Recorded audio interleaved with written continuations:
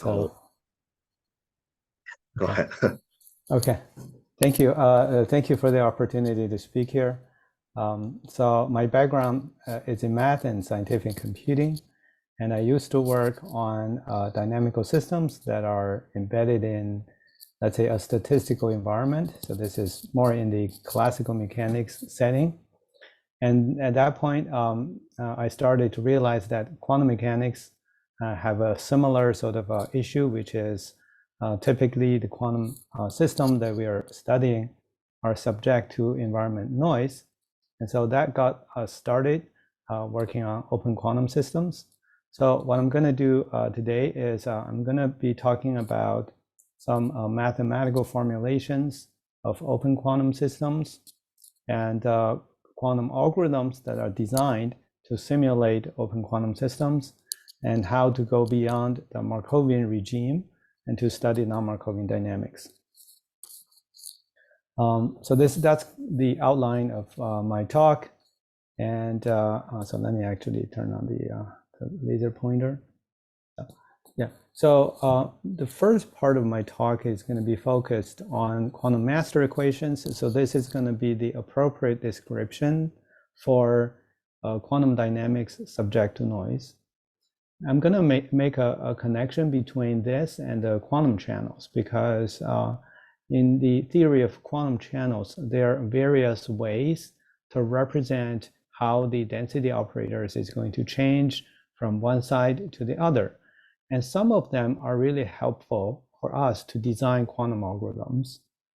And and on top of so using those language, I'm going to talk about at least two quantum algorithms that are expressed as quantum channels. And I'm going to talk about how to implement those on quantum computers. And I'll talk about the complexity a little bit. And the second half of my talk is going to be about non-Markovian dynamics. So this is trying to go beyond the standard theory of quantum master equations. And so to do that, I'm going to use the idea of stochastic unraveling. So this is about mapping the quantum master equations to a stochastic system of equations. And at that point, we can actually work with the stochastic equations and derive non-Markovian dynamics that are automatically positivity preserving. So that's kind of my plan. I'll try to keep things at a non-technical level so that everybody can kind of follow what is going on in here. So let me use a very simple example, and this is probably the simplest example that I can think of, to kind of describe the motivations for studying open quantum systems, for studying non-Markovian open quantum systems. So imagine that you just have a single qubit and your Hamiltonian is proportional to this Pauli Z operator. And then you prepare your initial condition as this linear combination form. And so these are the coefficients here. And so this is somewhere on the upper half of this Bloch sphere.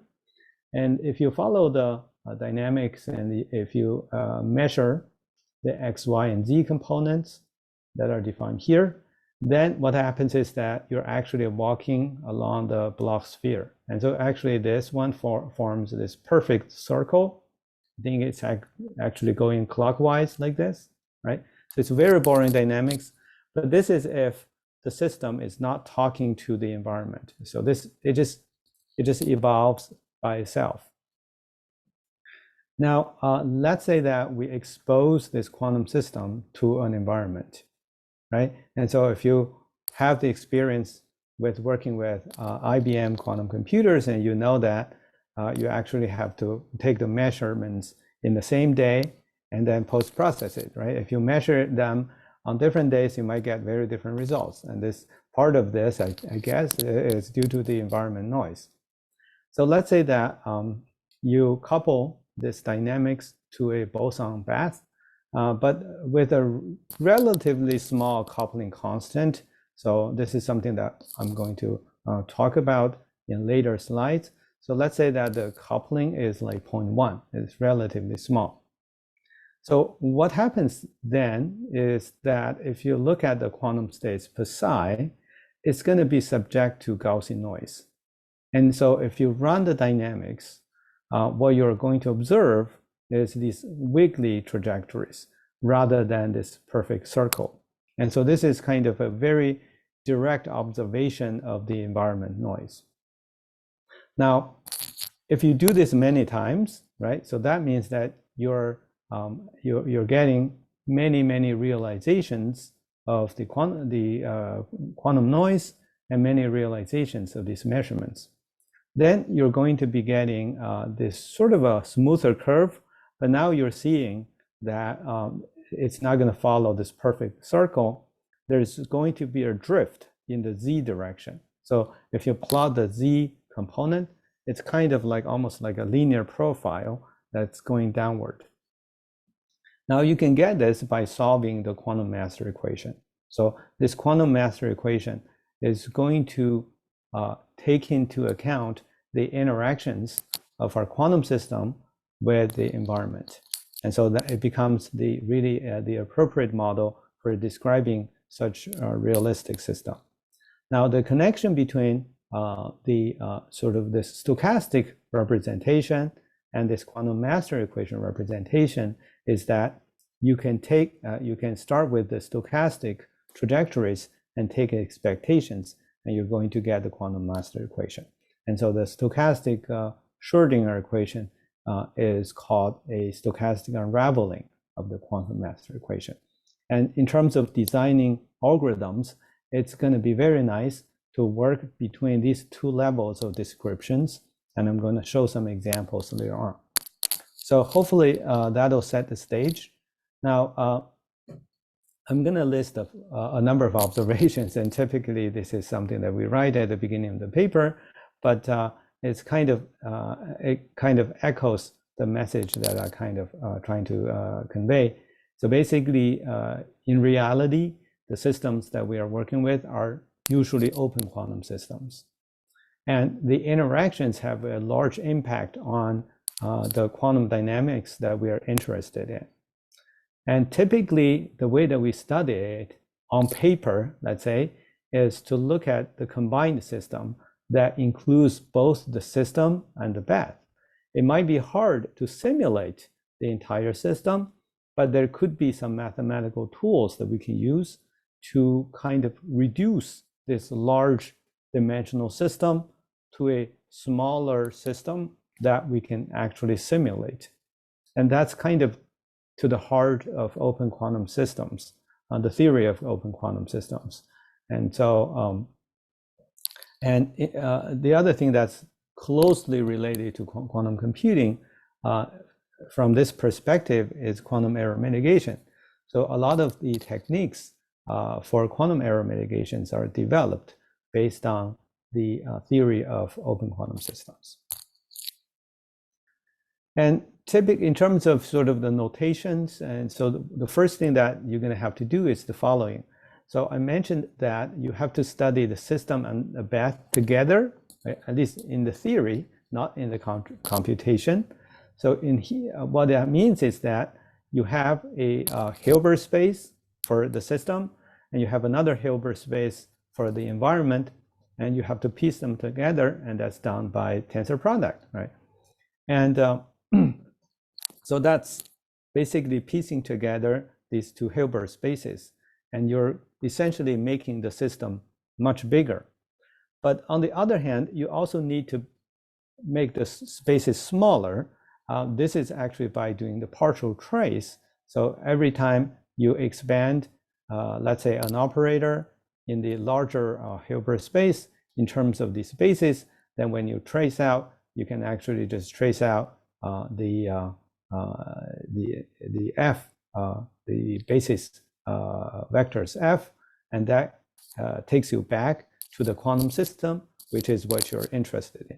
So this kind of lifting and reduction operations will be used very often. So I want to kind of quickly touch on this before we enter the discussions about deriving quantum master equations.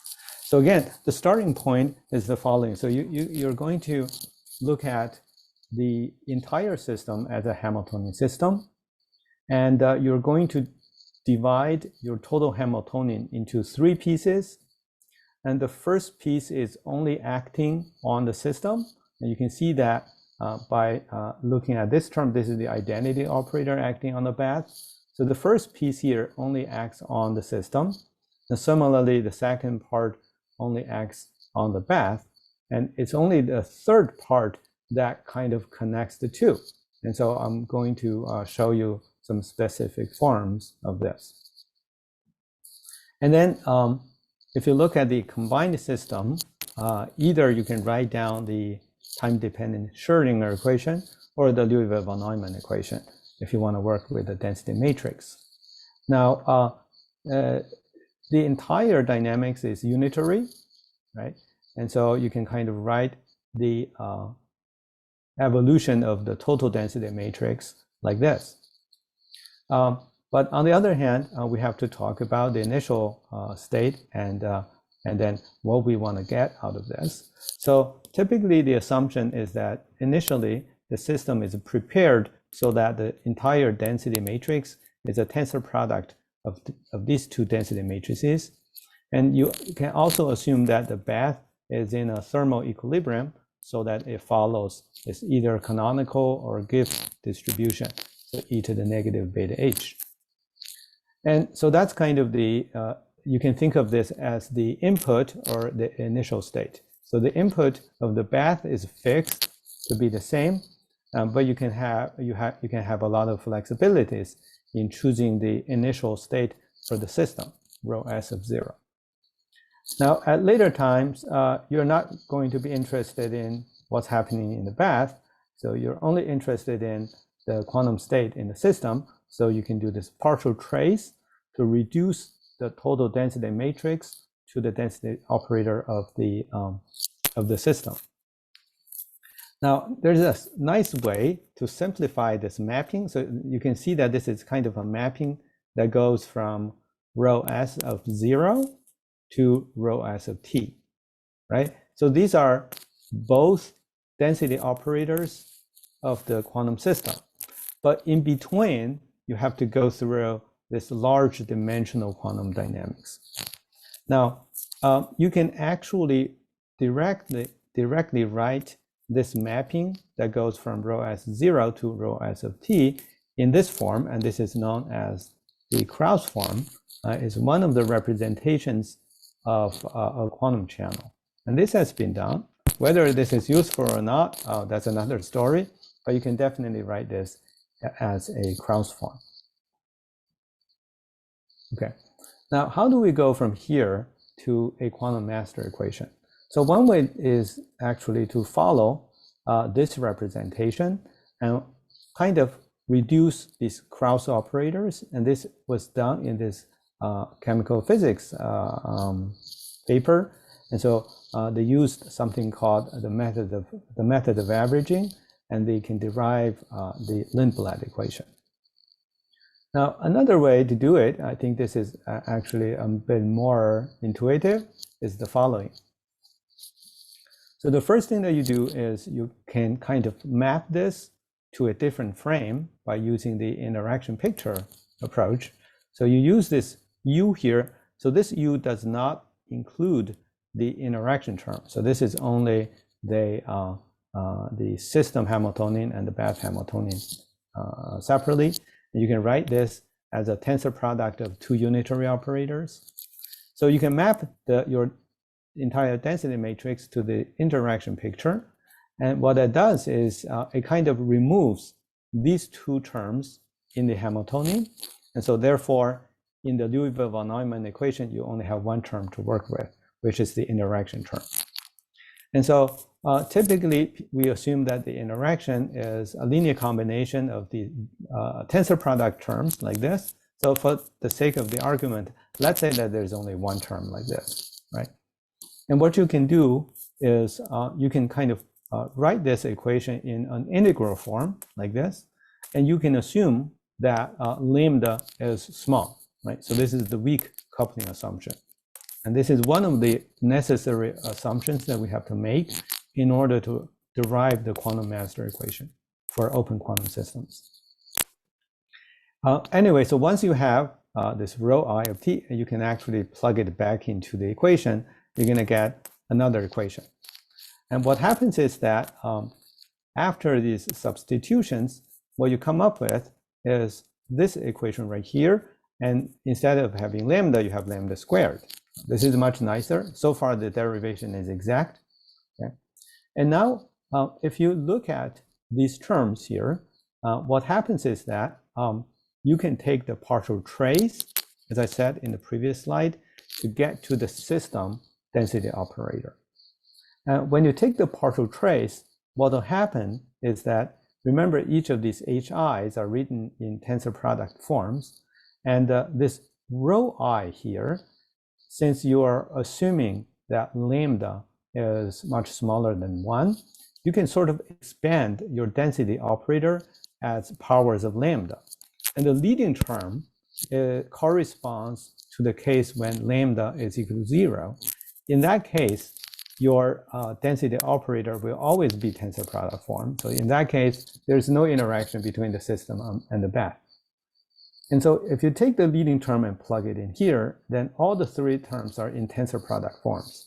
And when you take the partial trace, what you're seeing is the trace of this operator b of t, but at different times, because you're integrating from 0 to t, and so you're seeing the operator b at time t and t prime. And this is actually the bath correlation function. So you immediately see the role of the bath correlation function.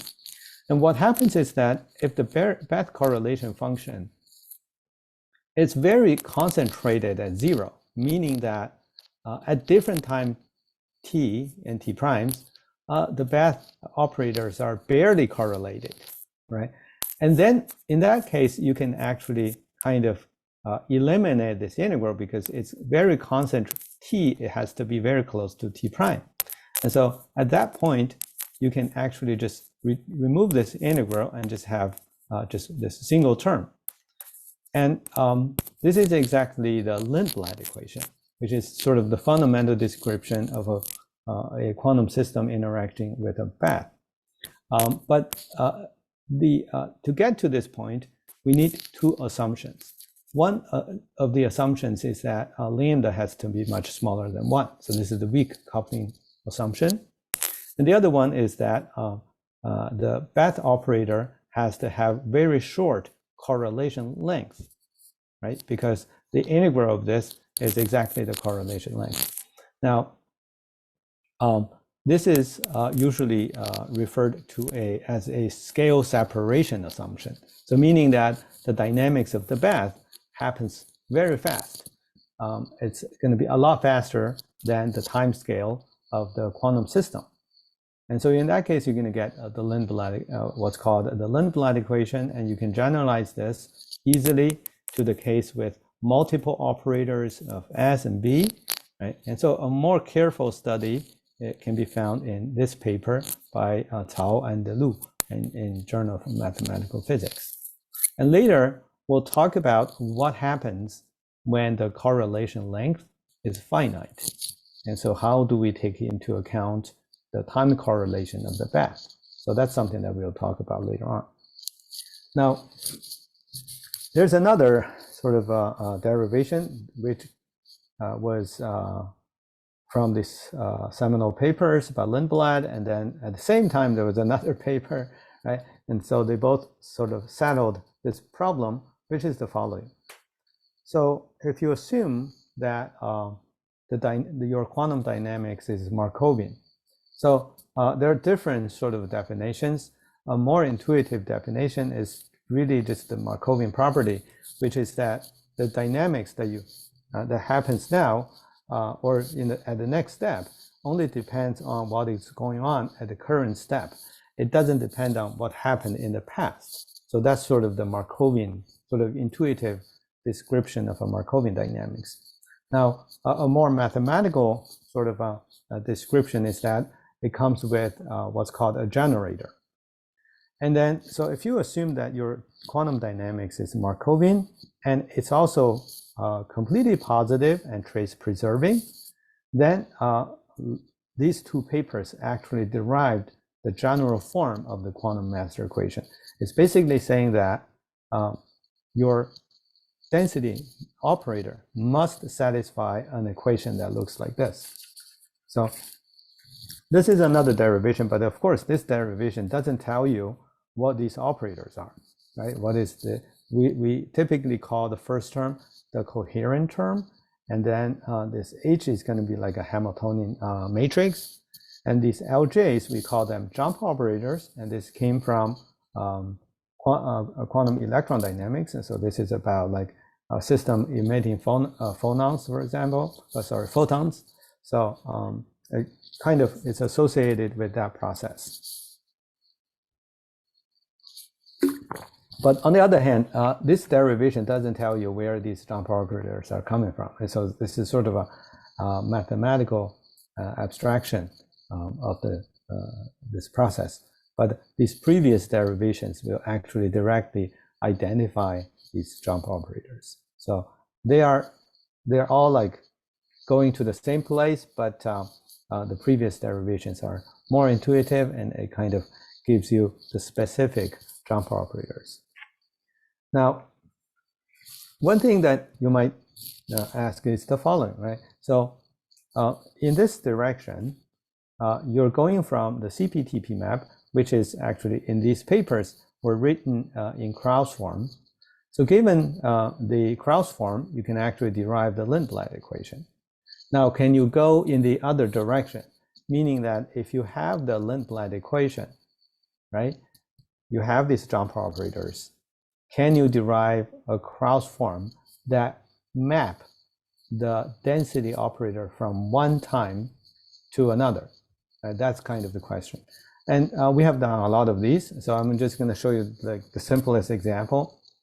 The simplest example is just to think of this as an ODE system, and you can apply the Euler's method, right? So basically, you're going to divide the time axis into time steps. And if you do the Euler's method, you come up with this.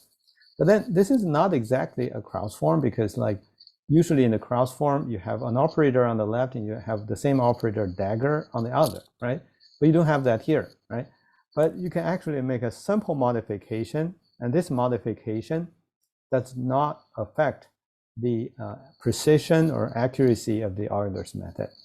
And so the modified form is this, and then you immediately see that this is actually a Krauss form where the operator A0 is given by this, and the operator AJ are exactly the jump operators multiplied by square root of the step size. So this is one way to do it, but you can also think about using higher order methods like more accurate ODE methods. So we actually have a paper coming up that does exactly this. Now, let me give you two quick examples. These are both like sort of like a defacing channels. Sorry, depolarizing channels. So you can consider the following simple Krauss form. And then what happens is that these M's, M0, M1, and M2s are just these special matrices, and you can rewrite them in terms of the Pauli matrices. And what happens is that the mechanism here is that it's kind of imposing a damping on the off-diagonal entries, but leaving the diagonal entries untouched. You can actually write down the Lindblad equation for this dynamics, and you can view this P as the sort of like some relate P to the time variable T.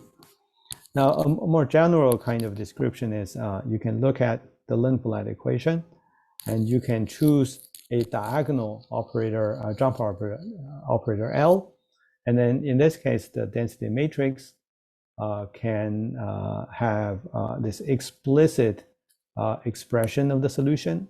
And again, what's happening is that the diagonals are not changing, but the off diagonals are kind of exponentially decaying. You can extend this to normal matrices for the jump operator. So normal matrices can be spectrally decomposed into diagonal matrices. Then you can also find exact solutions. So what is open is when the jump operators are not normal matrices, it doesn't look like the Lindblad equation has explicit solutions. And you're going to have to use numerical method to actually construct some approximations.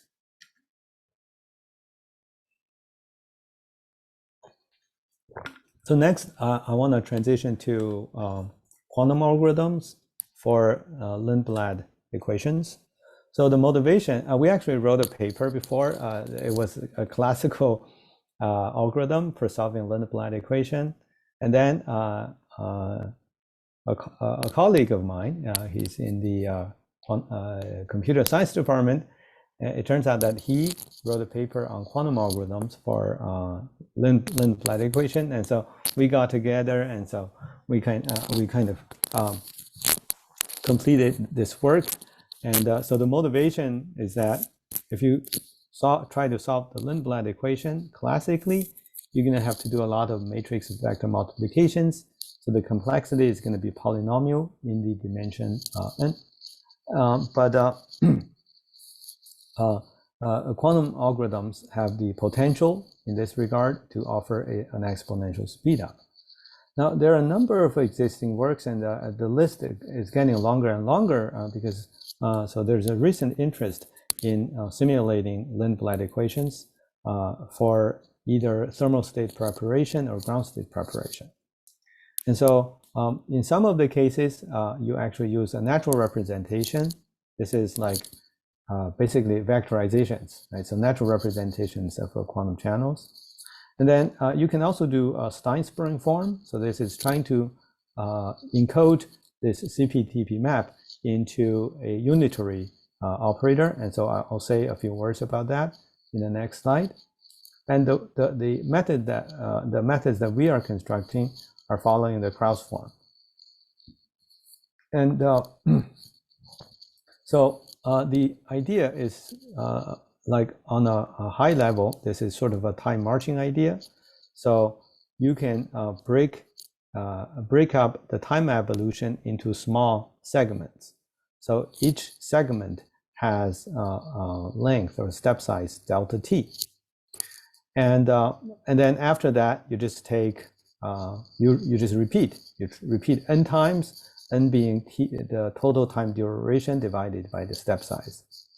And what happens is that these operators have some contraction property, so that in the end, your error is kind of additive. So if you make an error epsilon, after n steps, the total error is n times epsilon.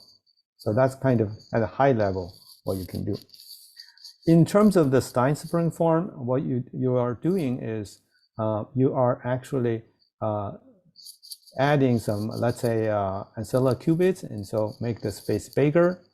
And then you start with your quantum state like this. So this is like a block diagonal matrix with your density operator sitting on the upper left corner. In this larger space, you create a unitary operator. And after that, you trace out the ancilla. So that could be an approximation. And this is the simplest example, and you can find it in Cleve and Wang's paper. So you can actually construct a matrix that looks like this. And so you are actually lining up your jump operators on the first row and the first column. And if you use this U here, and you can show that this is actually an approximation of the Lindblad equation within one step. The error is t times delta t, which is not great, but this idea is still very useful, very interesting. So we have as I said earlier, we have a recent paper coming up that kind of extends this idea to arbitrarily high order. So the complexity is t squared over epsilon, and Dongyang Li and Andrew Childs had a paper in the same year, and they improved this to second order, so the complexity has some improved. It's improved. Now, in the same paper by Cleve and Wang, they followed a first order method, but they have a kind of a compression scheme that allows you to boost the the accuracy, and so that got that gave you the complexity that scales as log of 1 over epsilon, but it's quadratic in terms of the number of jump operators.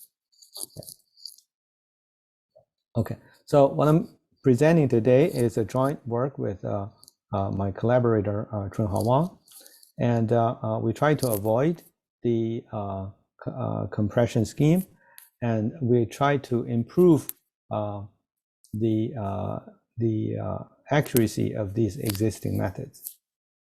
So how do we find a high order method? So more specifically, how do you construct a high order Krauss form that approximates the Lindblad dynamics? A direct time discretization is usually very hard to make it work.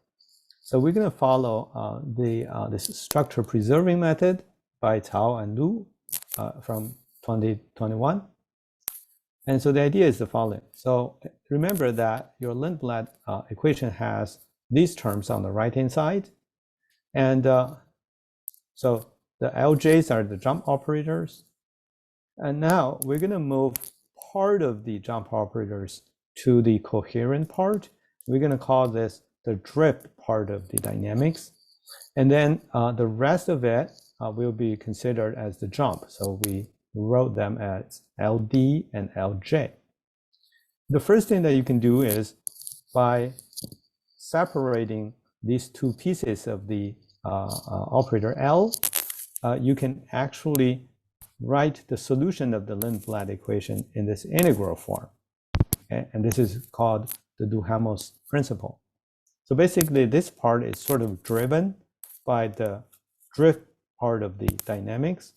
And for the jump part of the dynamics, that's included in the integral here. All right. Now, this is not an explicit form of the solution because inside of the integral, you're still seeing the density operator at an earlier time, right? And the idea is to kind of repeat this, right? So plug this row of t back in here. And so that'll separate this into another term. So this is going to be approximated by a similar term here, and that's why you're seeing this. And then you're going to have another integral term, which is going to be a double integral, right? So if you repeat this, let's say k times, right? And this is what you're going to get. So this is a collection of integrals, right? And then we do this all the way to the kth level, right? And why do we want to do this? So the reason is the following. So if you look at what the first operator does, so this is e to the LD rho, right? So this LD rho is written like this. Of course, in this business here, this is called a non-Hermitian dynamics, right? But in any case, so in terms of the density operator, the solution is given by this matrix function times this matrix function, Hermitian transpose of this matrix function. And this is actually a completely positive map, right? So this is actually a Krauss form. You have some operator A on the left and A dagger on the right, right? So this is going to be a CP map, and we can implement it. And then if you look at what the other operator does, right? The other operator is this. So this is exactly in the Krauss form. You have the operator on the left and the same operator on the right. So both of them are completely positive maps, and they are in the Krauss form. And if you do many of them, one after the other, this is like a composition of CP maps. That's also CP. All right. So overall, what we are getting is a Krauss form that approximates the Lindblad dynamics. One thing that we got to deal with is to bound this error term, because we don't know how far we have to go. Right? It turns out that this k is actually it's not very large. It's only log of 1 over epsilon. So that's easy to deal with. But the other thing that we kind of have to deal with is these integrals. Right? So this probably reminds you of the Dyson series approach for Hamiltonian simulations, right? So in Dyson series approximations for time-dependent Hamiltonian simulations, you also end up with a lot of these integrals. So over there, they were using they just pick a lot of quadrature points, and but typically what happens is that you end up with a lot of terms, and so you have to come up with a way to compress the expression and pick out the terms that are important. But here we propose a different approach. And this is just from standard numerical analysis for approximating integrals. So the methods that give you the best approximations of an integral is the Gaussian quadrature.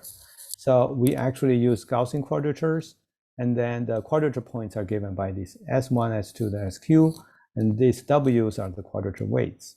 So each of these integrals are approximated by Gaussian quadratures. And what's nice about this is that the sum of these weights have an explicit formula. So it's like t to the power k and k plus 1 factorial. And if you do Gaussian quadrature, the number of quadrature points that you have to apply also scales logarithmically with 1 over epsilon. So in practice, you don't need many of them. Okay. Now, once we have this, so after this is still going to be like a Krauss form. So how are we going to implement that? And this was initially figured out in Cleve and Wang's paper, and we used the same technology here. So let's say that we have this Krauss form here. And one way to think about it is to look at since these are density operators, you can write it as a linear combination of purified forms, right? So linear combination of pure states. So let's say that's psi, right? It's enough to look at one of them. And then what happens is that you're essentially multiplying these psi's by these operators. We can call them Krauss operators, and there are many of them, right? But then you're creating this state rho, right? And in the end, to get this this entire thing here, this entire density operator, you're actually just piecing these together and take a partial trace, right? So this is actually a purification of the quantum state, right? So in the end, we actually get a purification. But the way to do it is to do an LCU, and so you can construct this operator here, and then that operator, you apply that W to this psi here, and so you can use the sort of the efficiency from LCU to cut down the computational complexity. So overall, the complexity here, the quadratic complexity here, scales linearly in time. So this part is the same with Hamiltonian simulations. And then you also have a linear dependence on the norm of this operator. And here, the norm of this operator is kind of upper bounded by these block encodings. I forgot to say this because to do the LCU, you have to do block encoding first. So we actually do block encodings of these Krauss operators first. Okay. And then the epsilon dependency is actually polylog. So this is very close to some of the Hamiltonian simulation algorithms. Now there's a more recent paper, and so they have an algorithm that kind of, instead of do block encoding of the individual jump operators, they can do block encoding of the entire thing. And so that you can kind of have a complexity that depends on not just the norm, the sum of these norms, but the norm of the sums. Okay, so maybe in some cases, this would actually be a lot smaller. Okay, so that's a more recent development. Okay. The second part of my talk is going to be about non-Markovian dynamics. So I emphasized before that you can derive a Markovian dynamics using two assumptions. One is a scale separation, and the other is a weak coupling, right? And so the typical observation is that in order to get a Markovian dynamics, what happens is that the system does something and it propagates the information to the bath, but those information never comes back. So that's another kind of view of the Markovian dynamics. But the problem is that when there's no scale separation, the non-Markovian dynamics will come up. And so we have to think about how to represent, model non-Markovian dynamics. And so the problem is that there's no universal form for non-Markovian dynamics. So unlike the Markovian case, and a lot of the models that people came up with do not satisfy the completely positive property. And so that's a problem because it's hard to implement it on quantum computers, right? But one thing that's for sure, which is whatever you do, your equations are going to depend on bath properties, because now the bath property is going to be important to the quantum dynamics. So we're going to use the idea of stochastic unraveling, and it's based on the following observation. So a lot of times we present these Lindblad equations and say that they take into account the environment noise, but most ask the question is like, where's the noise, right? In your equation, there's no noise. So a more intuitive description is actually the stochastic Schrodinger equation. So the main part of it is still the system Hamiltonian, but on top of that, you're adding the stochastic noise. So these DWs can be regarded as white noise. And then there's also these dissipations caused by these jump operators. And what happens is that if you take the second moment of the solution of the stochastic Schrodinger equation, you get exactly the Lindblad equation. So they don't have one-to-one correspondence, but you do have this passage from the stochastic Schrodinger equation to this, but it's not a one-to-one map, because you can also design some other stochastic Schrodinger equations that also lead to the Lindblad equation. For example, you can use jump processes, right? Which is kind of intuitively mimics more of the jump processes in open quantum systems. But the question here is, can we leverage this connection to derive more general quantum master equations? And this has been done in our 2020 paper, 2022, I think. It came from this. So if you go back to the original picture where you have the system and the bath, you can actually work with the wave function. And so, and then what this group derived, this is like more than 20 years ago, is a non-Markovian stochastic Schrodinger equation for the open quantum system. So now the non-Markovian part can directly be seen from this integral term. So what happens is that your wave function is going to depend on its own history. And this is kind of a direct observation of a non-Markovian property, right? So this is really non-Markovian. And what happens is that this eta here is actually a Gaussian noise, but it's correlated. So this is another reflection of a non-Markovian property in the sense that there's no scale separation. The noise from the environment can have a correlation length that's comparable to the time scale of the quantum system, right? So the first idea that we have is the following. So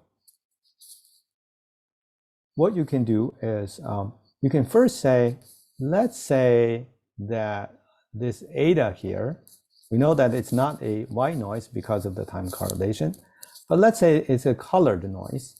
And the simplest colored noise is actually the OU process.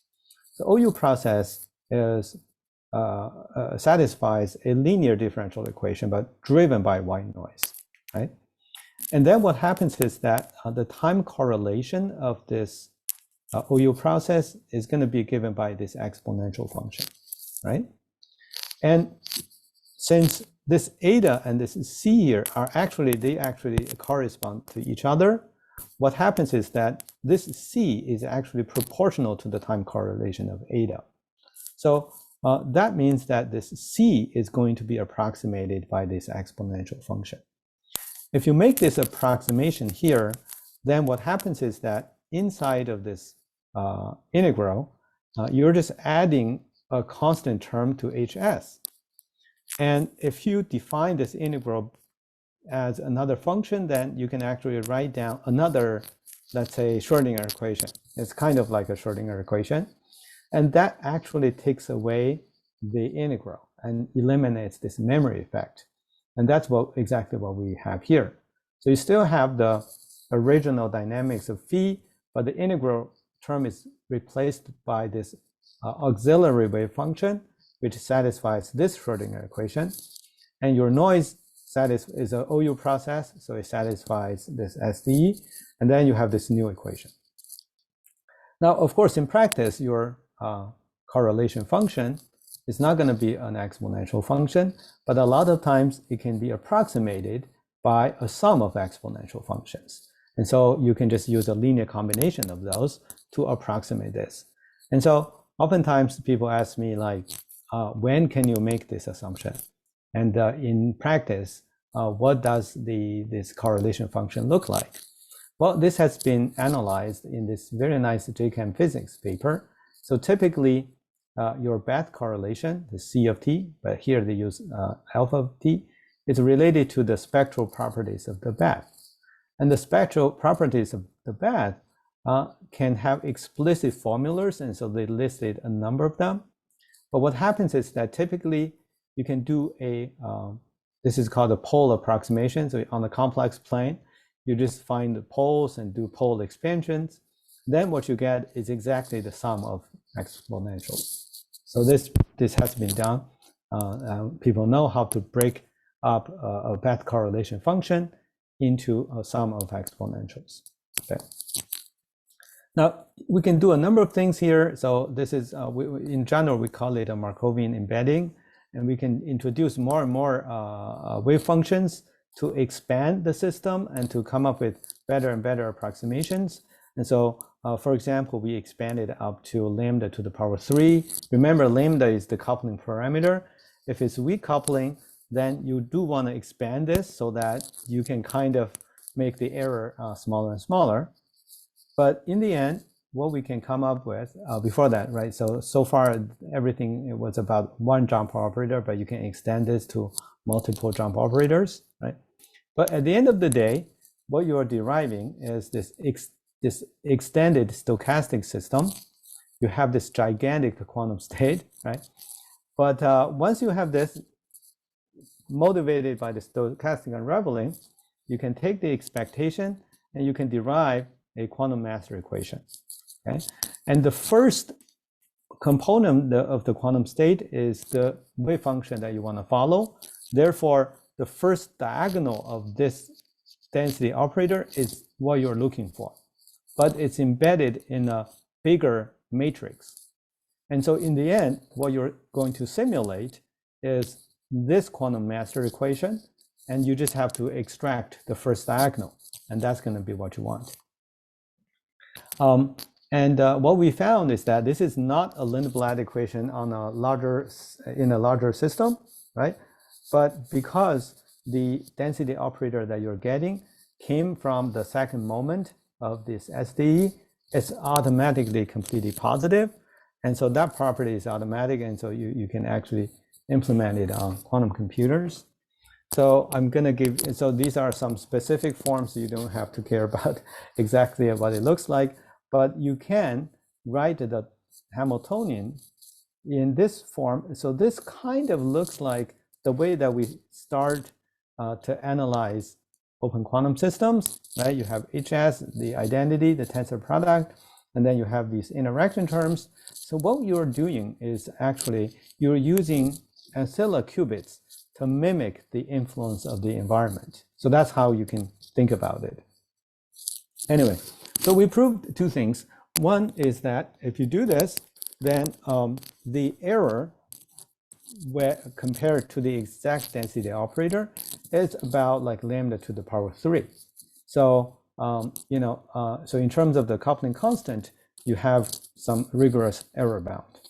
Now, we also in the paper we also so this is CMP paper. We also talked about quantum algorithms. So again, you break it down into Krauss forms, and then you can use block encoding and LCU to implement them. So in the end, the summary of the results is like this. And so the algorithm is going to be have complexity that's linear in time, but polylog of t over epsilon. Okay.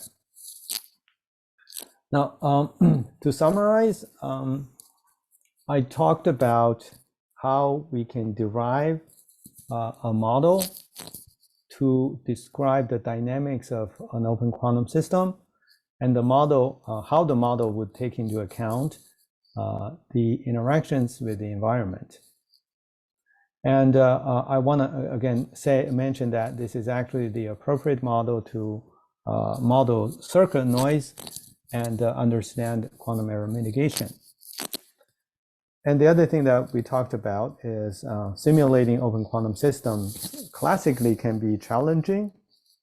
And fortunately, we have algorithms that we can use to simulate it directly on quantum computers. And there's exponential speed up in terms of the dimension. And another thing that I talked about is going beyond Markovian regime and build non-Markovian models to describe open quantum systems where the path, the time, there's no scale separation between the system and the path. And so what we derived is generalized quantum master equations that also have the completely positive property. And the model can also be simulated on quantum computers. So with those remarks, I'm going to close my talks here. And thank you all for coming and listening. Okay, thank you, Professor, for the wonderful talk. Thank you. So let's open the floor for questions. You can unmute yourself or type in the chat. So I can begin with the first question. I'm curious, like you've mentioned, for solving the master equation, the quantum algorithm could be potentially have the advantage than the classical method. So if it's possible to like use the quantum algorithm to do the quantum algorithm control in the future, like when the quantum computer become more mature, something like that. Oh, I see. That's a great question. So on the theory side, we just finished the paper with Tong Yang and Chunhao on control algorithms for open quantum systems. So the theory, the algorithm is there. So, but of course, the follow-up question is whether this can be applied to quantum computers to suppress decoherence and to suppress circuit noise, right? Yeah. And I think that's a much more interesting and a more important question. I don't have an answer now. So the only thing that I have is sort of on the negative side. So mathematically, closed quantum systems are controllable. So you can actually guide a closed quantum system to any state. So this is proved already. But for open quantum systems, people know that it's not controllable in the sense that, let's say that you want to go from A to B, you might not be able to do that. So there might not exist a control signal that takes you from there to the target state. So that's a challenge. So you could write it as an optimization problem, but the loss function may not go to 0. I see. Understand. Thank you. Yeah.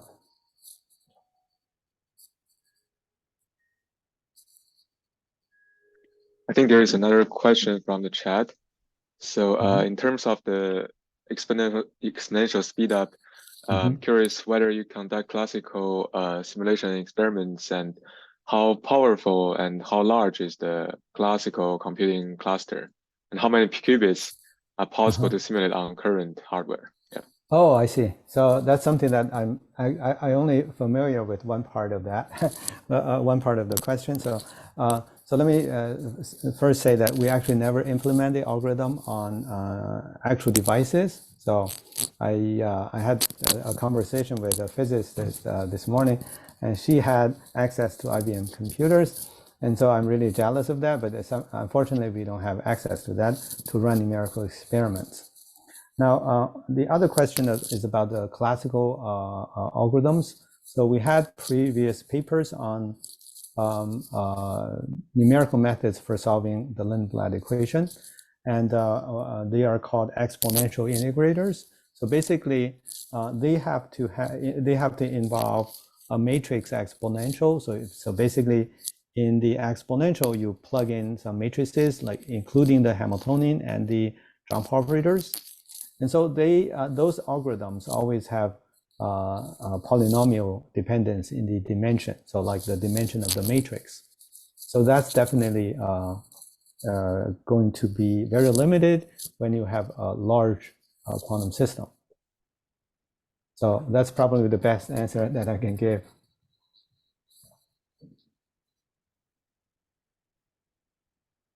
Okay, cool.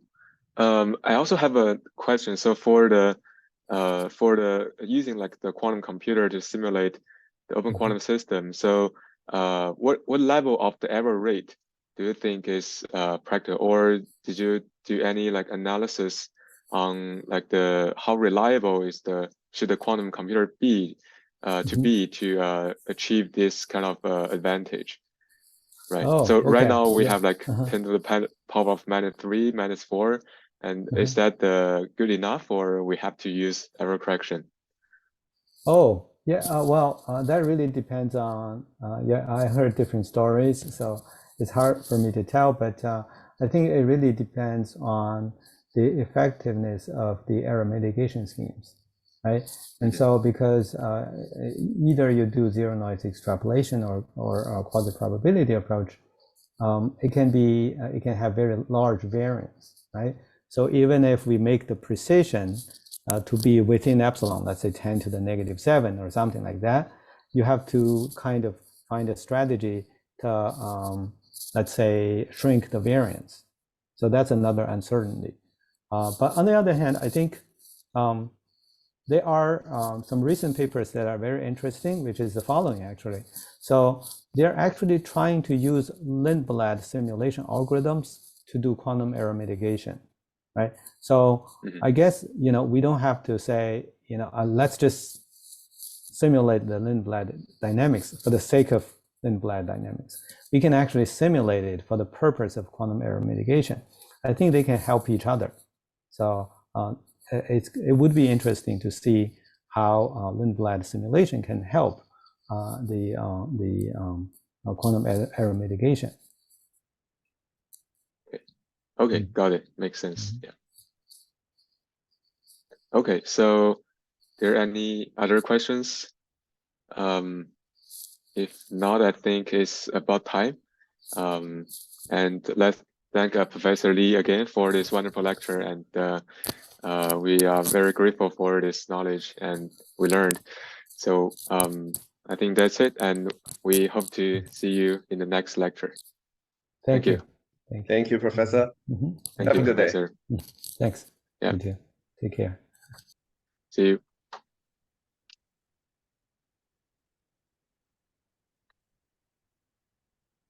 Yeah. Bye-bye.